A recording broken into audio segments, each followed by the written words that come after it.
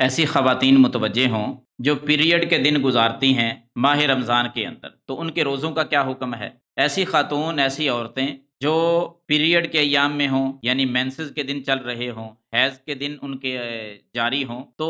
جتنے دن بلیڈنگ ہوتی رہتی ہے اتنے دن اسلام نے ان کو نماز، روزہ اس سے روک دیا ہے کہ وہ نماز بھی نہ پڑھے،